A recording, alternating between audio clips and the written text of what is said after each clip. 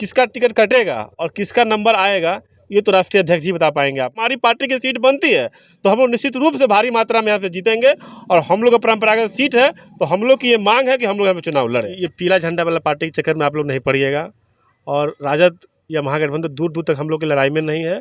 सो आप लोग बिना शंका का एनडीए का जो भी उम्मीदवार होगा या मैं हूँ उम्मीदवार या मेरे पार्टी या मेरे एनडीए गठबंधन से दूसरा कोई उम्मीदवार हो उनको भारी बहुमत से वोट देके जिता के नीतीश कुमार जी के हाथ को मजबूत बनाइएगा और नरेंद्र मोदी जी के हाथ को मजबूत बनाइएगा। नमस्कार, मेरा नाम है निशांत और आप देख रहे हैं आरएन बिहार। बिहार चुनाव के होने में काफी कम समय बचे हैं। ऐसे में सभी राजनीतिक दलों का सक्रियता काफी तेजी से देखने को मिल रहा है। अभी हमारी मौजूदगी हरलाखी प्रखंड में है और हमारे साथ अभी राष्ट्रीय लोक मोर्चा से इंजीनियर बिरबल पलचार हैं। उनसे विशेष बातचीत करेंगे क्योंकि वो हरलाखी विधानसभा से राष्ट्रीय लोक मोर्चा से अपनी दावेदारी कर रहे हैं। क्या कुछ लग रहा है सर इस वर्ष का विधानसभा चुनाव को लेकर? पहले बहुत बहुत धन्यवाद कि आप इतना दूर से यहाँ पर आए हैं और आपके चैनल के जितने भी दर्शक हैं उनको हमारा सलाम है, नमस्कार है, स्वागत है। हरलाखी विधानसभा की बात करूं तो हरलाखी विधानसभा में अभी एनडीए की ओर से जेडीयू के सुधांशु शेखर यहां के विधायक हैं। क्या कुछ लग रहा है इस बार एनडीए के खेमे से ये सीट किसको मिलने जा रहा है? देखिए, ये जो विधायक की आप लोग बार बार बात करते हैं, ये विधायक पहले कहाँ से आए हुए हैं? आप इनके बैकग्राउंड में जाइए। ये विधायक कहीं और के नहीं, हमारी पार्टी के ही विधायक थे पहले। ये इनके पिता स्वर्गीय वसंत कुशवाहा जी हमारी पार्टी से जीते हुए थे आरएलएसपी से। उनका आकस्मिक निधन हो गया, उसके बाद अनुकंपा पर ये विधायक बने दूसरी बार माननीय उपेंद्र कुशवाहा जी के आशीर्वाद से। और उसके बाद ये हमारी पार्टी को छोड़ के जदयू में भाग गए। तो उसके बाद से जब से हमारी पार्टी रीएस्टेब्लिश हुई है तो एक बार फिर से हम लोग संगठन को मजबूत किए हैं और दावेदारी दे रहे हैं और यहाँ से हम लोग अपनी पार्टी की तरफ से चुनाव लड़ेंगे। सुधांशु शेखर उपेंद्र कुशवाहा के पार्टी से जुड़े हुए थे। उनके पिताजी को भी यहाँ हरलाखी की जनता मान सम्मानित विधायक बना, लेकिन आकस्मिक मृत्यु के बाद इन्हें फिर सुधांशु शेखर को मौका दिया गया। लेकिन 2019 में ये क्या करते हैं तो उपेंद्र कुशवाहा का पार्टी को छोड़कर ये जेडीयू में शामिल हो जाते। क्या कुछ लग रहा है उपेंद्र कुशवाहा इनकी टिकट इस बार काटेंगे कि नहीं? देखिए, शीर्ष नेतृत्व का जो फैसला होगा वो हम लोग को मंजूर होगा और किसका टिकट कटेगा और किसका नंबर आएगा ये तो राष्ट्रीय अध्यक्ष जी बता पाएंगे आप लोगों को। लेकिन हम लोग ये आशा कर रहे हैं कि अगर हमारी पार्टी की सीट बनती है तो हम लोग निश्चित रूप से भारी मात्रा में यहाँ से जीतेंगे और हम लोग का परंपरागत सीट है तो हम लोग की ये मांग है कि हम लोग यहाँ पे चुनाव लड़ें। चैलेंजिंग नहीं लग रहा है? जन स्वराज भी काफ़ी सक्रिय है इस वर्ष। जन स्वराज के बारे में तो मैं बराबर में कहता आया हूँ कि जन स्वराज ये कुछ नहीं, पानी का बुलबुला जैसा है ये पार्टी।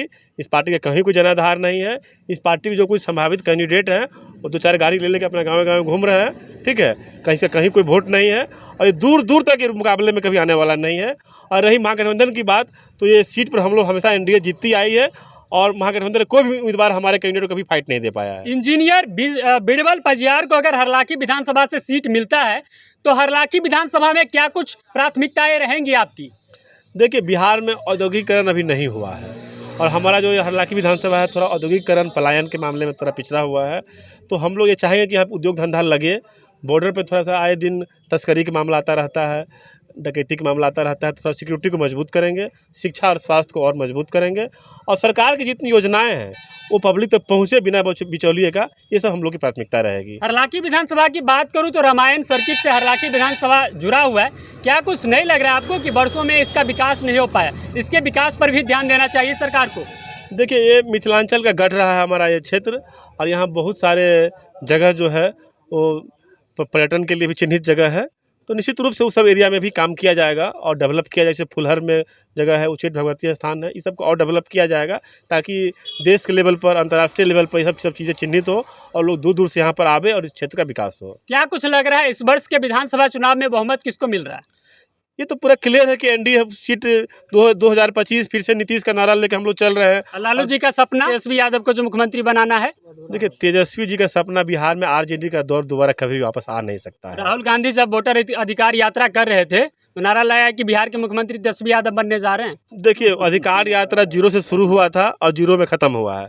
ये बात हमारे राष्ट्रीय अध्यक्ष भी कह चुके हैं। जब कोई मुद्दा ही नहीं था, जब किसी अच्छे लोगों का वोट चोरी का तो आरोप, वोट चोरी नहीं था, वोट चोरी का आरोप लगाया, किसी का नाम कटा ही नहीं है, तो इसमें वोट चोरी कहाँ हुआ? ये जीरो से शुरू हुआ यात्रा, जीरो में खत्म हो गया। यात्रा कुछ भी बेनिफिट नहीं हुआ। वो लोग बेवजह अपना आए, घूम फिर के चले गए। अच्छा, ये बताइए, प्रशांत किशोर जो गांव-गांव जाकर पदयात्रा किए, बिहार बदलाव सभाएं कर रहे हैं, क्या कुछ असर नहीं पड़ेगा एनडीए और पे इसका?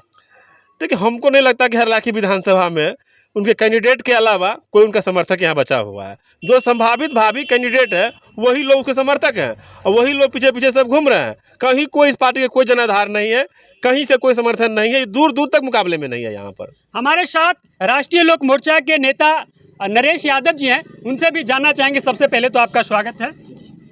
सबसे पहले हमारे हरलाखी के धरती से आप लोग को और जो भी मीडिया बंधु है उस सबको हार्दिक अभिनंदन है, वंदन है, चंदन है, स्वागत है। और विशेष आपसे पूछना चाहेंगे कि इस वर्ष के विधानसभा चुनाव में हरलाखी में किसका जलवा चलने वाला है? देखिए, हरलाखी में तो जलवा एनडीए गठबंधन का ही होगा और जलवा ही नहीं होगा, सरकार ही हमारा ही रहेगा। लेकिन हरलाखी सीट हमारा था, हमारा ही रहेगा और हमारा ही कैंडिडेट यहाँ से निकलेगा। और यहाँ से जो विधायक है सुधांशु शेखर जी कहाँ जाएंगे? वो कहाँ जाएंगे, नहीं जाएंगे, वो राष्ट्रीय अध्यक्ष के ऊपर निर्भर है। वो अगर जिनको बना के भेजेंगे हम लोग उनको साथ देंगे, लेकिन देना है तो हमारा सीट था, हमारा ही होना चाहिए। अगर हरलाखी विधानसभा सीट की बात करूँ तो आप भी एनडीए के दल में है, क्या कुछ लग रहा है हरलाखी में विकास होना चाहिए और क्या कुछ विकास नहीं हुआ? देखिए, हरलाखी में विकास तो बहुत हुआ है। जो हमारे देश का मुखिया नरेंद्र मोदी, बिहार का मुखिया नीतीश जी या हमारे पांचों गार्जियन है तमाम एनडीए गठबंधन का, उसका जो दिशा निर्देश है, जो स्पीड में विकास किया है वो तो आया है ज़मीन तक। लेकिन जितना जल्दी लाना चाहिए, जितना और उसमें करना चाहिए, उसमें विधायक अच्छा नहीं होने के कारण या विधायक जी को सुस्त होने के कारण कमी दिखा है। विकास तो बहुत हुआ है और होगा। इसको तेज़ी रफ्तार में लाने के लिए हमारा विधायक होगा और इसको जितना तमाम ऊपर से विकास का योजना आएगा उसको उससे तेज़ी रफ्तार में हमारे विधायक यहाँ से बढ़ाएंगे। हरलाखी विधानसभा में 2 टर्म उपेंद्र कुशवाहा के पार्टी के जो दावेदार हुए, हरलाखी की जनता ने उनको मान सम्मान दिया और विधानसभा में भेजा। क्या कुछ लग रहा है, अगर एनडीए के खेमे से ये सीट आरएलएम को जाती है तो क्या फिर से हरलाखी की जनता उस उम्मीदवार को, उस दावेदार को मान सम्मान देगी? देखिए, ये यहाँ हरलाखी का जनता जो है सो आदरणीय उपेंद्र कुशवाहा का है और रहेगा। और यहाँ उपेंद्र कुशवाहा जी, आदरणीय राष्ट्रीय अध्यक्ष उपेंद्र कुशवाहा जी हमारे हरलाखी के तमाम ज़मीन के मिट्टी से वाकिफ़ है, तमाम घर से वाकिफ़ है। तो विधायक बदल के कहीं से कहीं चले जाएंगे, उससे नहीं होने वाला है। हरलाखी का जनता उपेंद्र कुशवाहा को जानता है और फिर से उसका जो कैंडिडेट आएगा उसको ही विधायक बना के भेजेगा। चाहे विधायक कुछ भी कर ले, वो यहाँ उपेंद्र कुशवाहा का सीट था, रहेगा। और हरलाखी का जनता उपेंद्र कुशवाहा को बेटा समान मानता है, अभी भी मानेगा। आपसे एक लास्ट प्रश्न मेरा रहेगा, हरलाखी की जनता अगर आपको मान सम्मान देती है तो आपकी प्राथमिकताएं क्या रहेगी? देखिए, हमारी प्राथमिकताएं के बारे में पहले ही मैं कहा हूँ कि विकास के जितने भी मुद्दे होंगे, आम नागरिक का जितना भी मुद्दा होगा, सरकार की जितनी योजनाएं होंगी, इस सबको धरातल पर उतारना है और एक बहुत ही स्वच्छ, समृद्ध और शिक्षित हरलाखी विधानसभा हम लोग बनाएंगे, जो बिहार में इस विधानसभा का एक नाम हो और यहाँ के लोग देश विदेश एक बड़े बड़े सेक्टर में काम करें और बहुत समृद्ध यहाँ के लोग बने। हरलाखी के वोटर को क्या कुछ कहना चाहेंगे, कैसे प्रतिनिधि का चयन करें जो उनके सुख दुख में साथ रहे और उनकी आवाज़ बनकर हमेशा उनके साथ खड़े रहें? देखिए, हमारी यही है कि हम जनता से आग्रह करना चाहते हैं कि ये पीला झंडा वाला पार्टी के चक्कर में आप लोग नहीं पड़िएगा और राजद या महागठबंधन दूर दूर तक हम लोग की लड़ाई में नहीं है। सो आप लोग बिना शंका का एनडीए का जो भी उम्मीदवार होगा, या मैं हूँ उम्मीदवार या मेरे पार्टी या मेरे एनडीए गठबंधन से दूसरा कोई उम्मीदवार हो, उनको भारी बहुमत से वोट दे के जिता के नीतीश कुमार जी के हाथ को मजबूत बनाइएगा और नरेंद्र मोदी जी के हाथ को मजबूत बनाइएगा। ये थे हमारे साथ राष्ट्रीय लोक मोर्चा से हरलाखी विधानसभा से इंजीनियर बीरबल पचियार, जो राष्ट्रीय लोक मोर्चा से हरलाखी से अपनी दावेदारी कर रही है। बाद बाकी आगामी समय देखने वाला होगा कि हरलाखी का क्या कुछ सीन होने वाला है। आप लोग क्या कुछ सोचते हैं, कमेंट जरूर करें। अगर फेसबुक पर देखते हैं तो पेज को फॉलो और यूट्यूब पर देख रहे हैं तो चैनल को सब्सक्राइब जरूर करें। धन्यवाद।